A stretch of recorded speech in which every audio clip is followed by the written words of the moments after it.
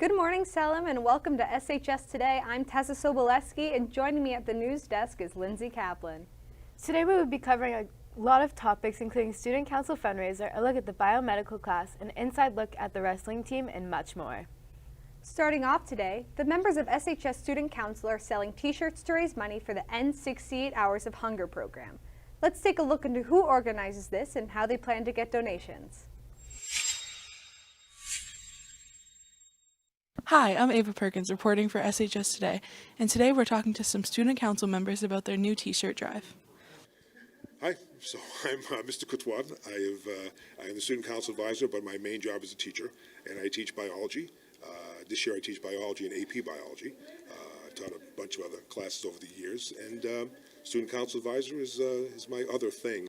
It's a great event because the t-shirts were donated to us by the T-shirt factory here in Salem, the former student who owns that, and they gave them to us. They said, here's some shirts, and if we generally give out money, they said, to different charities. They like the 68 Hours of Hunger program, and they said if you want to give the money to them, so that's what we're doing. So we did that a couple years ago, did pretty well. We still have a lot of t-shirts left, so this year we'll be selling them to students at the games. I think right now we're looking at just basketball games, but if we think there's a market at a swim meet or a hockey game or whatever, we'd bring them in as well. But all the money is raised. I believe it's going to be $5 a shirt. We'll go to the End 68 Hours program. I'm William, and I'm just a member of Student Council. I just know we're selling it at the games, the basketball games. We just talked about this meeting, but I think it's like $5 for one or something. I'm Katie, and I'm the secretary. It's kind of still in the works, but we're planning on going to basketball games and selling t-shirts for like around $5-ish, and all the money that we raise is going to be going towards N68 Hunger Food Drive. That's all we have for today. Back to you at the desk. Thank you, Ava, for showing us how the Student Council is going to take action. Turning now to our CTE programs here at SHS, we visited the Biomedical Science program this week to get an inside look on what the class entails. Hi, I'm Emily Watson reporting outside of the Biomedical Science Lab. Today we're going to be interviewing the students and the teacher, Dr. Seeley, to learn more about the class. My name is Shane. I'm in grade 11 and I go to Wyndham. I like using the media. I like making bacteria and growing it. I think that's a really cool aspect of this class. My name is SOPHIA LAPOINTE. I am a sophomore at Salem High. I really like that we have the ability to be like individuals and learn stuff on our own. We're about to begin the bio process and learn about DNA. I'm Annabella. I'm a sophomore at Timberlane High School. I like working in the lab because it feels like I'm doing something productive all the time, and I'm really like getting knowledge of like how to be safe in a lab. I'm Doc. I teach the biomedical sciences class, and for me it's kind of a dream come true. I spent 40 years as a biomedical scientist, so this is my retirement, and I get to get back in the lab and work with people and do what I originally fell in love with in the first place, which was doing laboratory research. Thank you for watching this week's CTE Spotlight. Back to you. Thank you, Emily. Now more than ever, we need people in the biomedical science field. There are so many worthwhile classes and clubs at our school, and one of those classes is computer programming. Our very own Leland Johnson had the chance to check it out earlier this week. I'm Leland Johnson from SHS Today, and I'm outside the computer science class, where we'll be interviewing the teacher, Miss Henry, and her class about what goes on in the class. Learn about how the internet works. They learn Python coding, and they learn how to do some creative problem solving, critical thinking. We also use physical circuits and study robotics and drones, things to make it that they can program that are hands-on. In my class, I think the favorite part is seeing the kids work together, so they all work in groups and solving problems. Class is great and the kids are great, and it's a lot of fun for anyone who wants to see if they're interested in computer science in college or for a career. On a daily occasion, we usually work on this website called CMU Academy, where we learn a lot of Python scripting, and we basically solve challenges all day. It's a very fun class. Currently, we are learning how to code using random values, and it's very fun, I guess, you know. Well, experience, I guess. I am a very beginner to all of this, so I find it very intriguing, like the problem solving and the challenges you face, but whenever your code works, it's a different feeling. Oh, I love the class. I love the freedom of the class. I love, like, you walk in there, you're with your friends, you're hanging out. And it's not like a normal class where it's like, oh, you do your own work, and then at the end, you combine your work. It's a very collaborative class, which I enjoy. My most favorite part of the class would say is when seeing that green screen which says, oh, your code works, you did it. That's the best feeling in the world. The frustrating part is when you know what the problem is and you know how to solve it, but it's not working for some reason. You just need a new set of eyes on it. Middle school, I took app creators and I really enjoyed that, and I love math in general, which is basically like problem solving, so it influenced me to take this class. So we just learn a lot of coding, depends on what language. Right now we're learning Python, but most of the time we're working in a program where we code and we work with other peers to try and solve problems. It's a lot better than most other classes where you sit down, you're given your work, and you're told to just go do your work. This is kind of like, you get your work, but you're allowed to walk around and talk to other peers. You're kind of given like free range to solve your problems how you want to. Favorite part of the class is definitely being allowed to work with other people, and also the fact that problems can be solved multiple ways. So basically you can take a completely different approach that your friend is taking, but still get the problem right, because that's just the way that you think or that your brain works.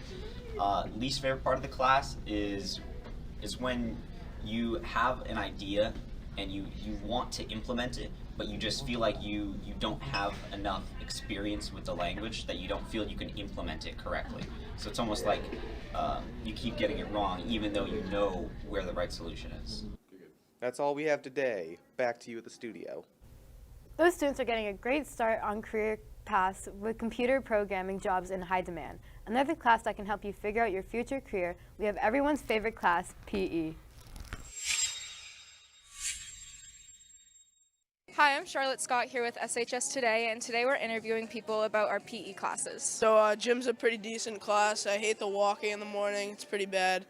And then Mr. Cranes and Miss Martell are pretty chill, so overall pretty good class. Thank you. So I'm Sydney. We're doing badminton right now, but right now we're just walking in a circle. So that's what we're doing for gym, walking in a circle.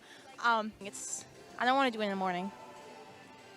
A couple different units or a couple different classes. Right now in the components of fitness class, we're working on the skills in the weight room, strength exercise, things like that, lifting weights. In some of the lifetime activity classes, they're working on badminton, different lifetime activities like net sports and all sorts of cool stuff like that. A couple different core values, the importance of focusing on physical fitness, being healthy over your lifetime, because you only get one body. Being able to take care of it's very important. Another thing we care about is just good social aspect of life and just being a good person to your fellow classmates. You can walk around, and as much as it's just walking around in a circle, it's just a good time to kind of just talk to your friends or just listen to your music and get to know one another. So we care about that. And then also just working together as a team can be important as well. Hardest part about teaching PE is probably a block 1 class like this, getting kids motivated at 7:30 in the morning to do some sort of physical activity, whereas most kids go to bed at like 1 or 2 in the morning and then wake up and try and get them to be active is a little difficult, but I enjoy it, try and be positive. Thank you, Mr. Cranes. Back to you in the studio. With the upcoming meet this weekend, the wrestling team is getting prepared. We met with the coach and some of the athletes to ask them some questions and to talk to them about the sport.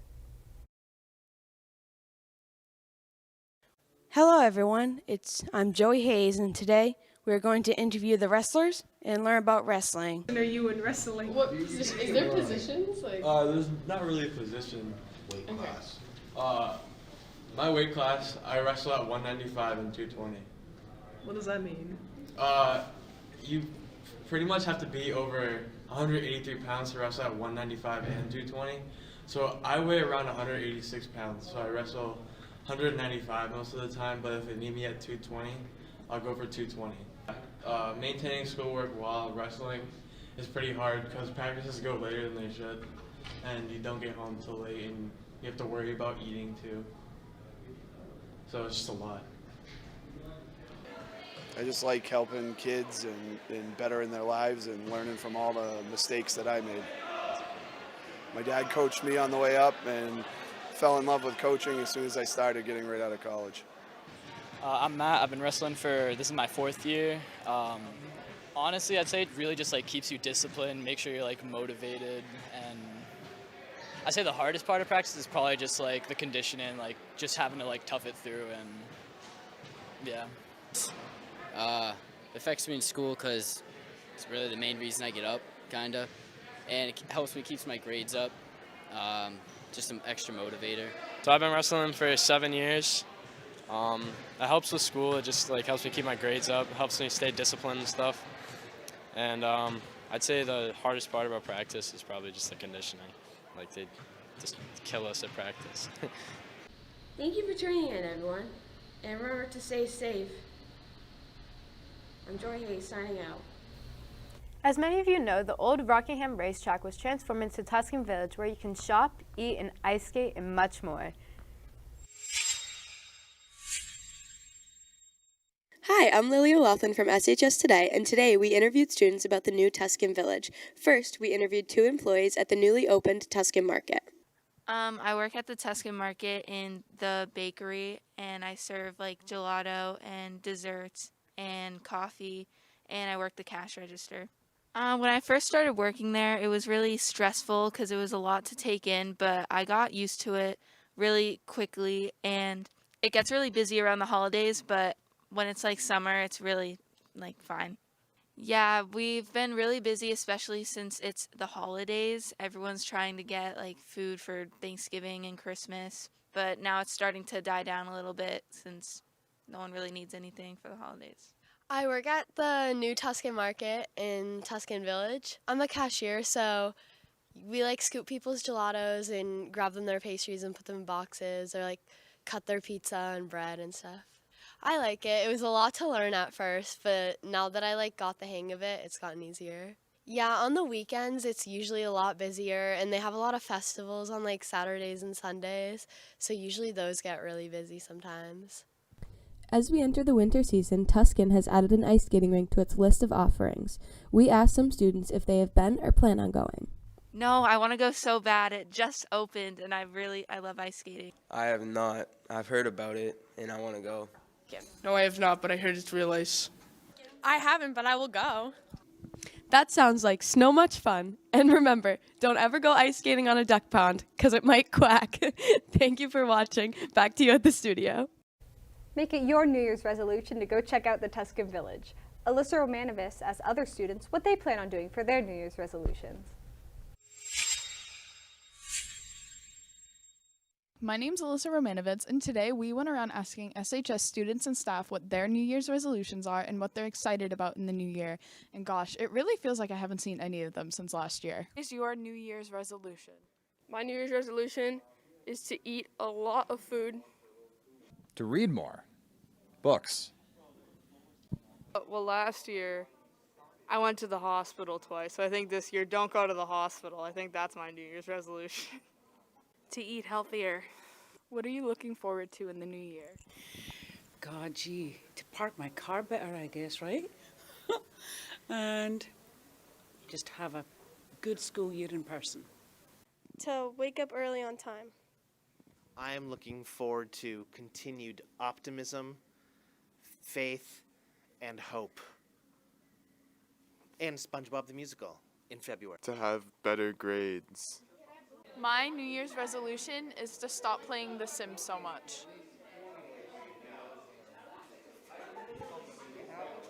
What is your New Year's resolution? I don't even go here. We'll be checking in a few months to see if people will be actually sticking to those resolutions. Back to you at the desk.